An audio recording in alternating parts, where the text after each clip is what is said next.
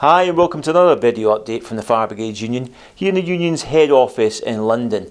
We're joined by General Secretary Matt Wrack to discuss the ongoing serious flooding that's taken place across many areas of the UK. Now Matt, as I said, this is another year of serious floods that have devastated communities right across the country. But first of all, a word on the tremendous work of firefighters and firefighters control dealing with these situations. Yeah, Tam, I think once again we've seen huge floods impacting on many communities across the country, and the people on the front line are our members, and it's a fantastic job that they're doing, dealing with those threats of the floods, the risk to life, the risk to people's safety, and of course the damage it does to communities.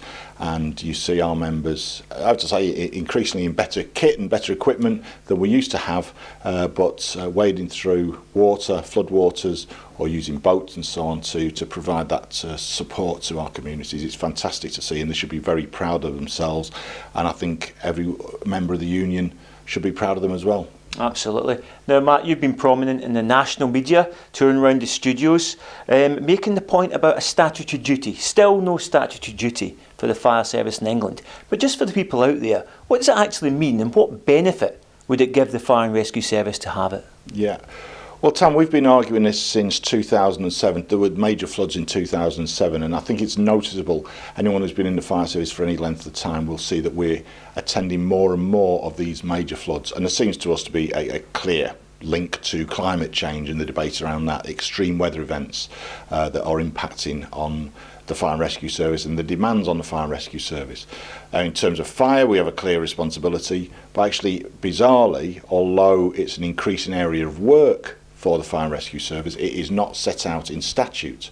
It is in Scotland, in Wales and Northern Ireland, because the fire service is devolved, but in England that isn't the case. I think the reason we think it should be addressed is because, firstly, it clarifies the role of the service when there are these major floods, about the responsibility for rescue and for support for those communities, and the role of the fire service and of our members within that.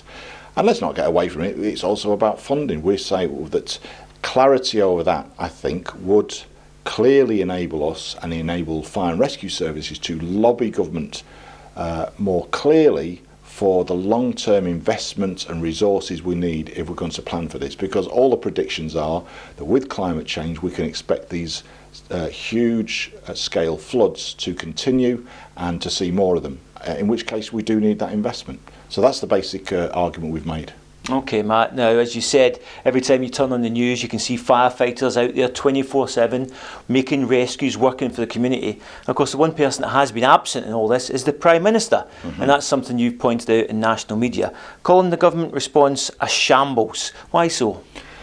Well, I don't particularly want to focus it on Boris Johnson. We have been critical of the Prime Minister. Most other Prime Ministers in these circumstances have actually attended the scene of floods, because I think getting the experience firsthand, and I've attended many floods in my role as General Secretary over the years, and hearing the experience of firefighters, of Environment Agency staff, local authority workers, and also the people affected in their homes and businesses, that does give you a different take on the impact of those floods. So that's the first criticism. But actually, I think why, in our view, it's a shambles is because there isn't anything joined up about how we plan for these incidents in the future. So we know that we work in England under integrated risk management plans. That means that Fire Service X plans its resources according to its assessment of its budget primarily and risk. So if they decide to cut a boat crew or a water rescue team or whatever, then that's their decision. There's no assessment of the impact on the rest of the country, so there is no joined up thinking, and yet we know that in floods there is lots of mutual aid going on all the time. So it needs to be joined up, it needs that investment. Of course, behind the story of the floods, we've got these huge financial cutbacks to fire and rescue services across the country. So we're asked to deal with these incidents while at the same time the government continues to cut central funding to our service. Matt, thanks very much indeed. So the union's out there campaigning for additional funding and to make sure that the fire services in England get the statutory duty. You can support us in this campaign. To find out more information on that, go to our website, and that's www.fbus.org.